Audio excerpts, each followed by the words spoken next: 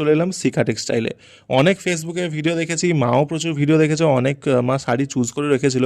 But এখানে যে আমাদের এখানকার মানে কোনো একটা শপে যে এত সুন্দর কালেকশন পাবো সেটা একদম বুঝতেই পারিনি। ওখানে না ঢুকলে বুঝতেই পারতাম না যে এত সুন্দর সুন্দর কালেকশন পাবো। তোমরা অবশ্যই শাড়িগুলো দেখতে থাকো, তোমাদের আশা করি আজকের শাড়িগুলোর প্রত্যেকটা খুব ভালো লাগবে।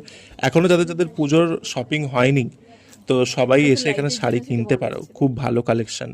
যাই হোক, এখানে এক এক করে মা শাড়ি দেখছিল, প্রত্যেকটা শাড়ি আমার আর মায়ের পছন্দ হয়ে যাচ্ছিল। মাকে বলছিলাম তুমি এই শাড়িটা নাও, এই শাড়িটা নাও, মানে যেটাই খুলছে বলছি এটা নাও সেটা নাও, এরকম করেই হচ্ছে, কনফিউশন হয়ে যাচ্ছে, মানে একটা শাড়ি একটা করে।